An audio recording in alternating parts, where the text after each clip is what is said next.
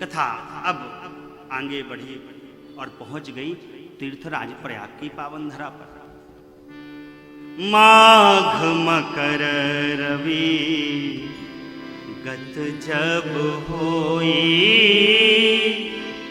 माघ मकर रवि गत जब होई। वैश्वानर भगवान सूर्य जब मकर राशि पर उपस्थित होते हैं, तब तीर्थराज प्रयाग में माघ के महीने में एक माह का साधुओं का, संतों का, मुनियों का, वृंदों का समुच्चय आता, झुंड आता, वहां पर एक माह वास करते, तीर्थराज की सेवा करते।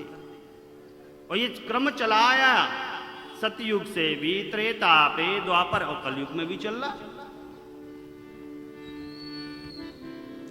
जब वह माघ का महीना पूर्ण हुआ, सभी ऋषि मुनि वृंद अपने अपने आश्रम घर को जाने लगे। सब पधारने लगे। प्रयागराज में वास करते हैं भरद्वाज मुनि। कौन मुनि? बड़े ध्यान से कथा सुनिए आप लोग। भरद्वाज मुनि तीर्थराज प्रयाग में वास करते। परिचय बड़ा दिव्य है। भरद्वाज मुनि बसहि प्रयागा, दिनहि राम पद अति अनुरागा।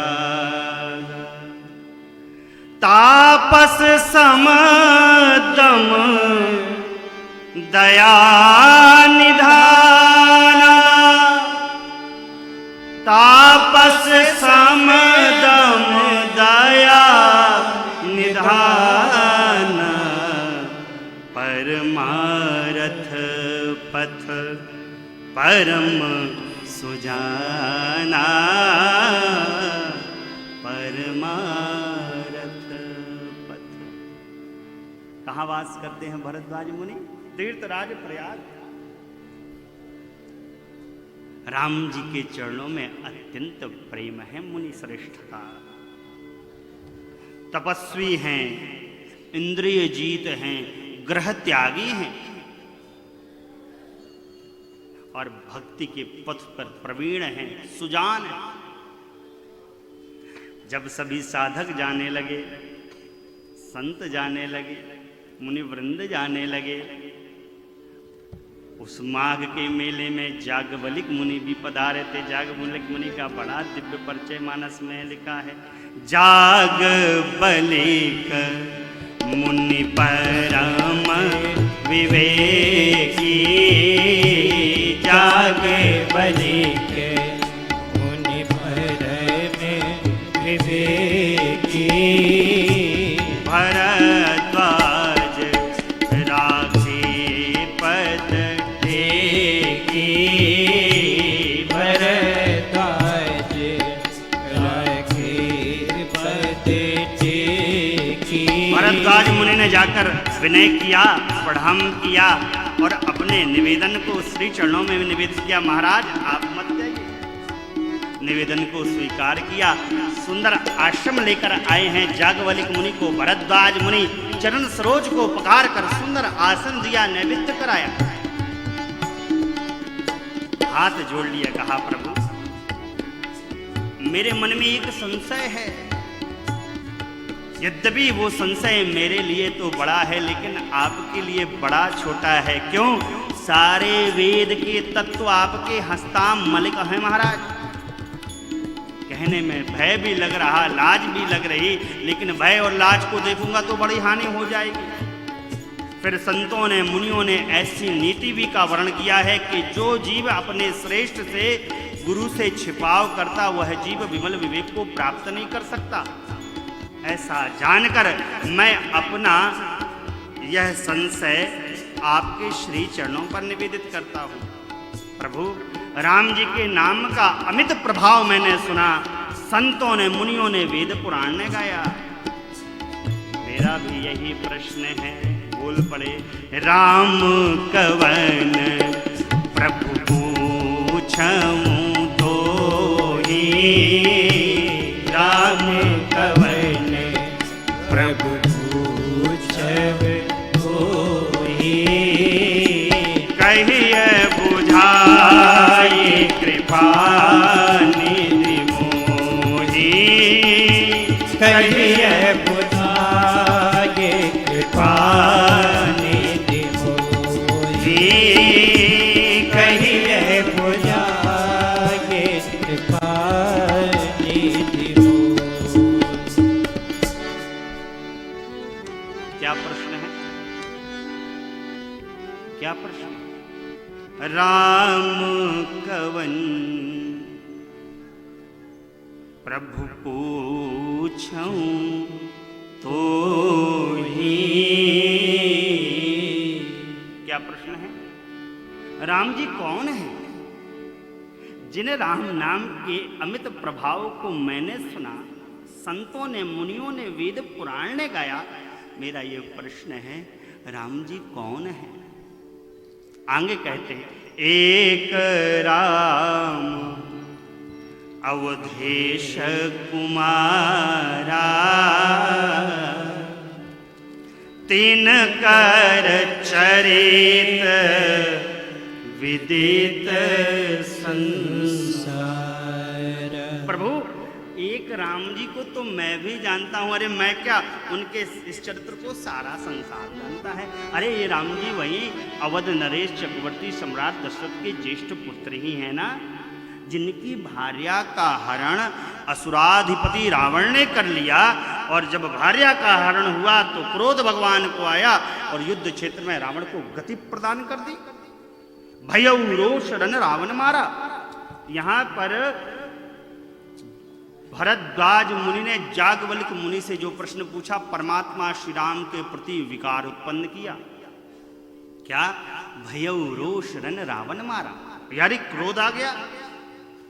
भगवान सकल विकार रहित गत वेदा, भगवान में कोई विकार नहीं है, विकार से परे है परमात्मा,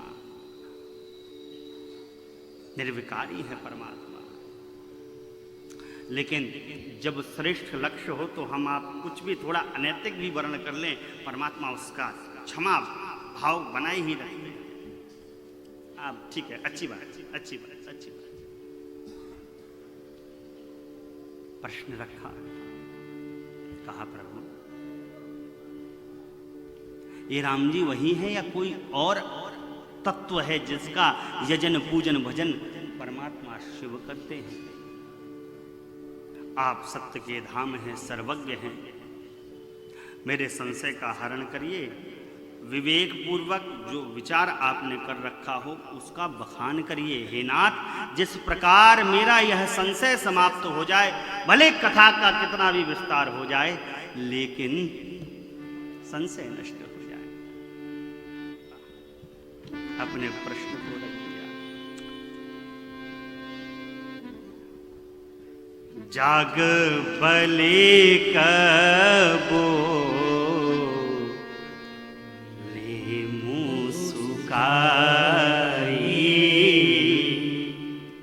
अरे मुनि श्रेष्ठ, तुम ही विदित रघु पति प्रभुताई, चाहु सुनय चाहु सुने राम गुण गूढ़ा, किन्हें प्रश्न मनहु अति मूढ़ा, किन्हें प्रश्न मनहु अति मूढ़ा। जागवल्क मुनि ने मुस्कुराया, कहा हे न प्रभु, हे मुनि श्रेष्ठ, मैं आपकी चतुराई को समझ गया। अरे आप तो परमात्मा श्री राम की प्रभुता के बारे में जानते हैं, लेकिन आज आप मुझसे परमात्मा श्री राम के दिव्य गुण चरित्र को सुनना चाहते हैं, इसलिए मेरे सन्मुख ऐसे प्रश्न किए आए हैं जैसे आपको कुछ आता ना हो। हे तात, आपके प्रश्न बड़े सुंदर हैं, सुगम हैं। अब मैं आपको परमात्मा राम की पावन कथा सुनाने जा रहा हूं। मन बुद्धि चित्त को यहीं रखिएगा। और भरद्वाज मुनि के प्रश्न करने पर जागवलिक मुनि ने भरद्वाज मुनि को कथा सुनाई प्रारंभ की है। लेकिन स्मरण रखिएगा, प्रश्न क्या है? प्रश्न क्या है? राम कवन प्रभु पूछूं तो ही। पर किसके बारे में पूछना चाहते हैं? राम जी के बारे में। लेकिन राम कथा नहीं सुनाई। क्या सुनाया? शिव कथा, शिव चरित्र। क्यों? राम भक्ति की प्रवेश का द्वार है शिव कथा। जो शिव को भजता है वो श्रेष्ठ वैष्णव है, क्योंकि शिव जी श्रेष्ठ वैष्णव है। तुम पुण्य राम राम दिन राति, सादर जप हुआ नंग आराती। भगवान शिव का एक ही काम है, राम राम जपना। हाँ, शिव कथा सुनाई है। और याज्ञवल्क्य मुनि को भरद्वाज मुनि ले गए हैं त्रेता युग में। आहा, गोस्वामी जी लिखते हैं, एक बार त्रेता युग माही, एक बार त्रेता युग माही, शंभु गए बजरी सिपाही, शंभु गए बजरी सिपाही, संग सती जग जननी भवानी, संग सती जग जननी भवानी,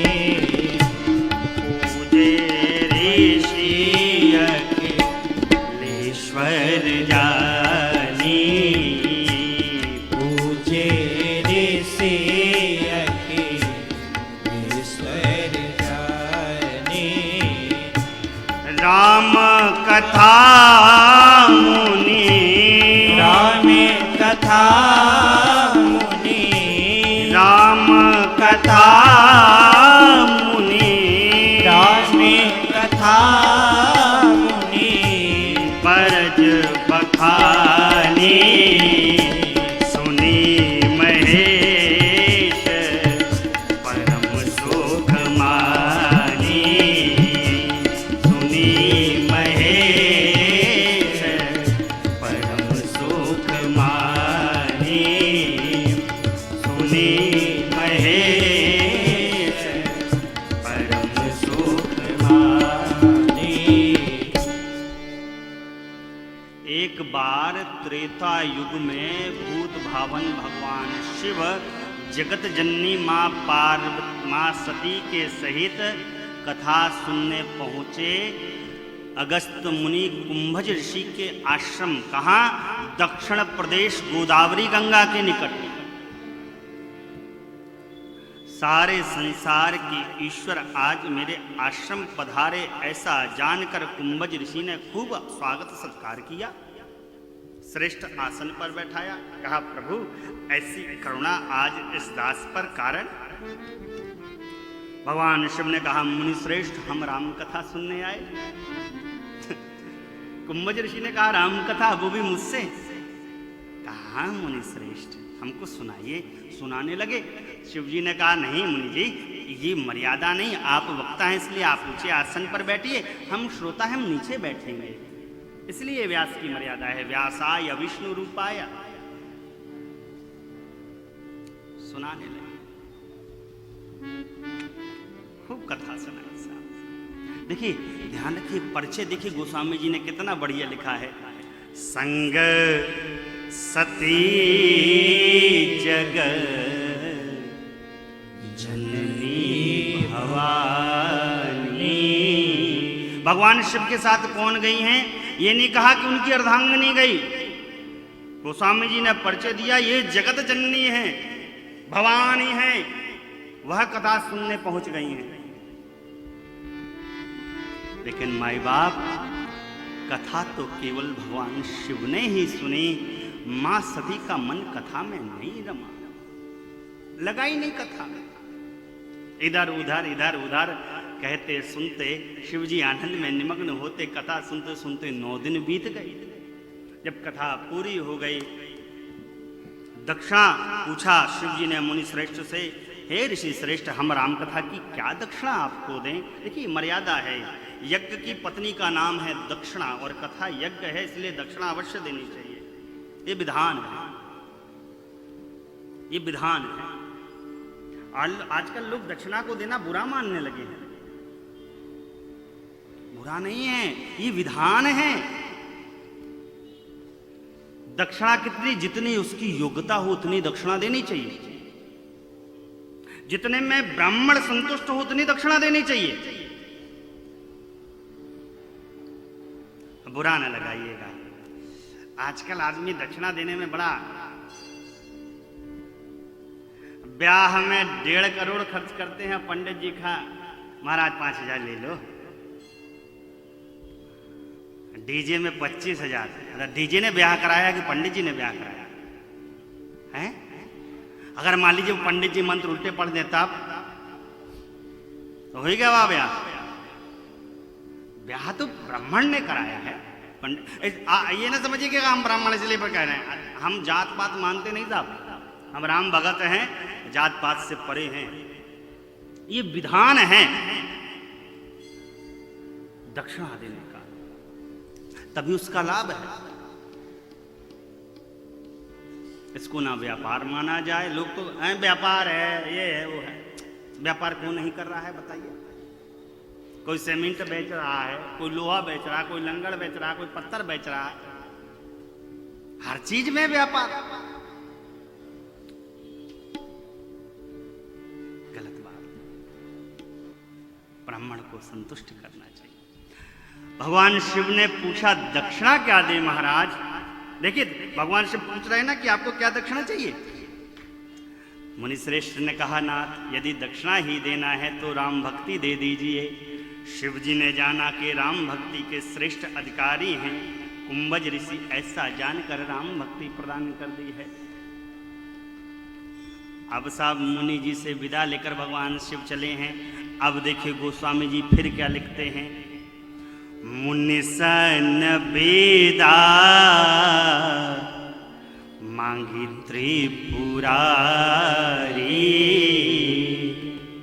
अब चली भवन संग दक्ष कुमारी। पहले जगत जननी थी, समझ में आ रही है बात? कथा के पहले, जब कथा सुनने के पहले गई हैं तो जगत जननी है, संग सती जग जननी भवानी। अब गोस्वामी जी ने देखा कि इन्हें कथा तो सुनी नहीं, राम भक्ति इनके जीवन में है ही नहीं, तो कौन है? चली भवन संग दक्ष कुमार। ये दक्ष की पुत्री है, जैसे वो जड़ ऐसे यहू जड़। चलिए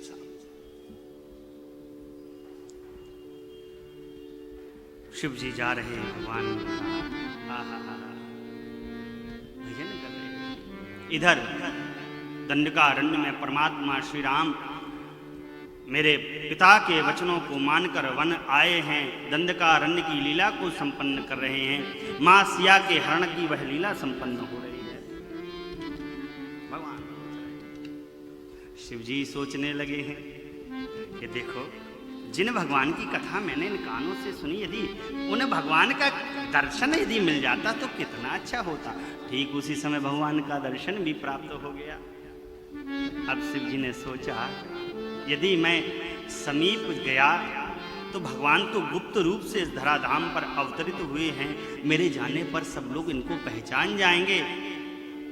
ऐसा जानकर शिव जी ने मन ही मन मेरे परमात्मा श्री राम का ध्यान लगाया और प्रणाम किया। जय सच्चिदा नंद जग पावन अस कही चले मनोजन सावनी। हे सच्चिदानंद परमात्मा श्री राम, आपकी जय हो, आपकी जय हो। ऐसा कहकर शिव जी आगे बढ़ पड़े। अब शिव जी जा तो रहे हैं, लेकिन इतने आनंद में निमग्न झूमते जा रहे हैं, प्रेमाश्रु आंखों से झर झर झर झर झर झर बहा। ऐसी दशा को मां सती ने देखा, जीवन में पहली बार शिव जी को ऐसा देखा। विस्मय में आ गई मां, ये कौन है जिनको इन्होंने प्रणाम किया? अरे शंकर तो जगतबंध है, जगदीश है, देवता नर मुनि नाग किन्नर देवता सब इनको प्रणाम करते हैं। अरे आज इन्होंने राजपुत्र को प्रणाम किया। प्रणाम करना तो ठीक था, सच्चिदानंद परमात्मा परधाम के स्वामी आपकी जय हो ऐसा कहकर संबोधित किया। ये कौन है जिनके दर्शन करने से इनके हृदय में ऐसी प्रीति उत्पन्न हो गई जो रोकने पर भी नहीं रुक रही। शिव जी ने देखा, पूछा देवी का बात है? बाबा कोई बात कोई बात। फिर शिव जी ने पूछा कि क्या बात है देवी बताइए। संशय को निवेदित किया। शिव जी ने कहा देवी, जिनकी कथा मैंने कुंभज ऋषि से सुनी, जिनकी भक्ति मैंने कथा की दक्षिणा में कुंभज ऋषि को प्रदान की, वही मेरे परमात्मा श्री राम है। देवी प्रणाम कर लीजिए। सती जी कहें बाबा यही सब कुछ है तो आप क्या हैं? कुतर्क करने लगे। अब माताएं देखिए, थोड़ा यहां पर बुरा ना लगाइएगा, थोड़ा मेरी बात ध्यान से सुन लीजिए। माताएं क्या करने लगी हैं? पति किसी को प्रणाम करे, धर्म क्या है? पति देव किसी को प्रणाम करे तो कोई प्रश्न नहीं पूछना चाहिए। जिसको पति प्रणाम करे तत्काल उसको प्रणाम कर लेना चाहिए। क्यों? पति आपका श्रेष्ठ है, श्रेष्ठ ने किसी को प्रणाम किया होगा तो उससे भी श्रेष्ठ होगा, तो आपका धर्म क्या है? उसको प्रणाम करना चाहिए। लेकिन माताएं आजकल प्रणाम नहीं करती, पर्स का बटुआ साइड में लिए दबाए खड़ी रहती। पति करता रहे, चरणों में डरा रहे, कोई मतलब नहीं। पति जब कहेगा तने प्रणाम कर लो, हाँ पर संभालो, प्रणाम कर लेंगे। आदत ठीक नहीं है। पति को कहना ना पड़े प्रणाम करिए, शिव जी को बार बार कहना पड़ा देवी प्रणाम करिए। कुतर्क करने लगी मां। फिर शिव जी ने समझाया कि देवी, धीर मुनि तपस्वी जिनका विमल मन से ध्यान धरते हैं। अरे इतने में ही नहीं, इतने में ही नहीं, ऐसा भी नहीं, इतना ही नहीं, ना इति कहकर वेद जिनके बारे में थक जाते। देवी, जो स्वयं माया के पति हैं, स्वामी हैं, ब्रह्म हैं, भक्तों के प्रेम के कारण निज तंत्र को लेकर इस धराधाम पर अवतरित हुए, देवी प्रणाम करिए। शिव जी ने बहुत समझाया, लेकिन माता सती के कुछ समझ में नहीं आया। और भाई देखिए, अपने प्रिय को बार बार समझाना चाहिए। नहीं ये नहीं ठीक है, नहीं ठीक है, बार बार समझाना चाहिए। फिर जब वो ना माने तो फिर अनन्य गति जो भगवान ने रच रखा हो। शिव जी ने समझाया, मां सती नहीं मानी। शिव जी ने जान लिया। कहा देवी, आपके मन में यदि इतना ही संशय है तो क्यों नहीं जाकर मेरे परमात्मा का परीक्षण कर लेती हैं? मां सती कहे, बाबा बहुत बढ़िया उपाय आपने बताया है, मैं ऐसे ही करने वाली हूं, परीक्षा लूंगी आपके इन स्वामी की। यदि ये परीक्षा में उत्तीर्ण हो गए तो इनकी जय जय, और मैं उत्तीर्ण हो गई तो मेरी जय जय। शिव जी ने कहा, देवी परीक्षा तो लीजिएगा मेरे प्रभु की, लेकिन बुद्धि का प्रयोग करिएगा, थोड़ा विवेक का वर्णन करिएगा, किसी अनैतिक कर्म का वर्णन ना कर जाइएगा। देवी, जब तक आप मेरे परमात्मा की परीक्षा लेकर वापस नहीं आती हैं, मैं इसी वट के वृक्ष के नीचे आपकी प्रतीक्षा में बैठा हूं। ऐसा कहकर शिव जी ने विदा किया है। इधर शिव जी ने सोचा, यदि मेरे कहने पर भी इनका संशय समाप्त नहीं हुआ तो फिर ब्रह्मा जी के विपरीत और कौन जावे। ऐसा कहकर भगवान शिव ने अपनी माला को उठाया और राम नाम मंत्र जपने लगे। अब मां सती सोचने लगी, मैं राम जी की परीक्षा लूं तो किस प्रकार लूं, कैसे लूं, क्या करूं।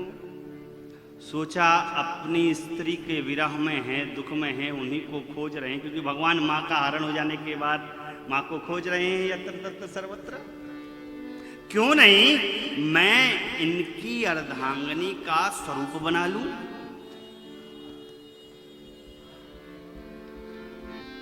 ऐसा विचार आया। माई बाप, कोई किसी के स्वरूप को प्राप्त नहीं कर सकता।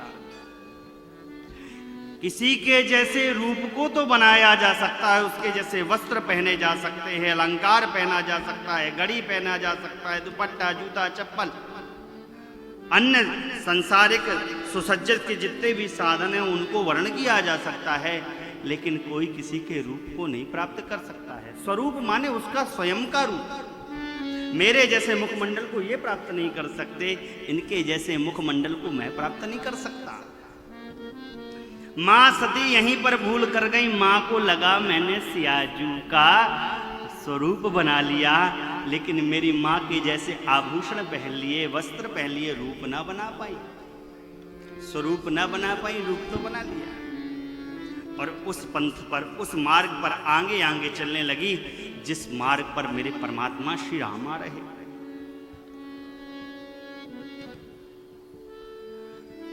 पहली गलती कि मेरी मां का स्वरूप बनाने का प्रयास किया। दूसरी गलती, आगे आगे चल पड़ी। मेरी मां सिया मेरे प्रभु के आगे नहीं चलती। उभय बीच श्री सोहति कैसी, ब्रह्म जीव बिच माया जैसी।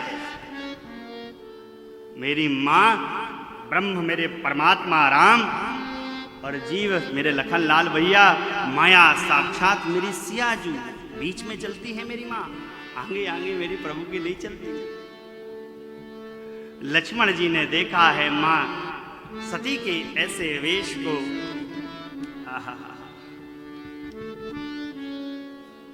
कुछ बोल ना पाए, चकित हो गए, कुछ कह ना पाए।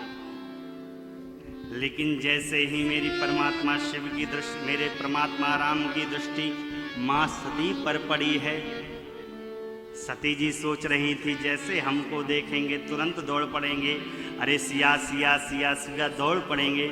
लेकिन मेरे प्रभु का तो क्या कहना, मर्यादा पुरुषोत्तम की मर्यादा जागी है। और सती जी को देखते हुए मेरे परमात्मा ने जोरी पानी प्रभु प्रणाम, जोरी पानी प्रभु प्रणाम, पिता समेत निज नामू, पिता समेत। हे देवी, चक्रवर्ती सम्राट दशरथ का ज्येष्ठ पुत्र राम आपको प्रणाम करता है। पिता समेत निज नामू, पिता समेत बोले मेरे प्रभु। देवी कहे बहोरी कहाँ वृष के तू, कहे बहोरी कहाँ वृष के तू, विपिन अकेली फिरहुगे हे तू, विपिन अकेली फिरहुगे हे तू, विपिन अकेली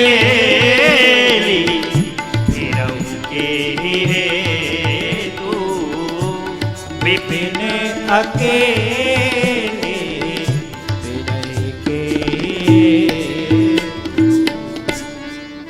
कहा देवी, अरे हमार बाबा कहाँ हैं, शंकर जी कहाँ हैं। और देवी इस बृहद भीषण वन में आप सुनसान जंगल में अकेले घूम रही, प्रयोजन क्या है, क्या कार्य है? अरे इतना सुनना, मेरी मां सती घबरा गई और भाग पड़ी वहां से। भागी है मां, आगे चलती हैं, देखती क्या है, सन्मुख परमात्मा श्री राम अपने आसन पर आसीन हैं। ब्रह्मा विष्णु महेश देव दानुज अपनी अर्धांगिनियों के सहित मेरे परमात्मा श्री राम का यजन कर रहे, पूजन कर रहे, वंदन कर रहे।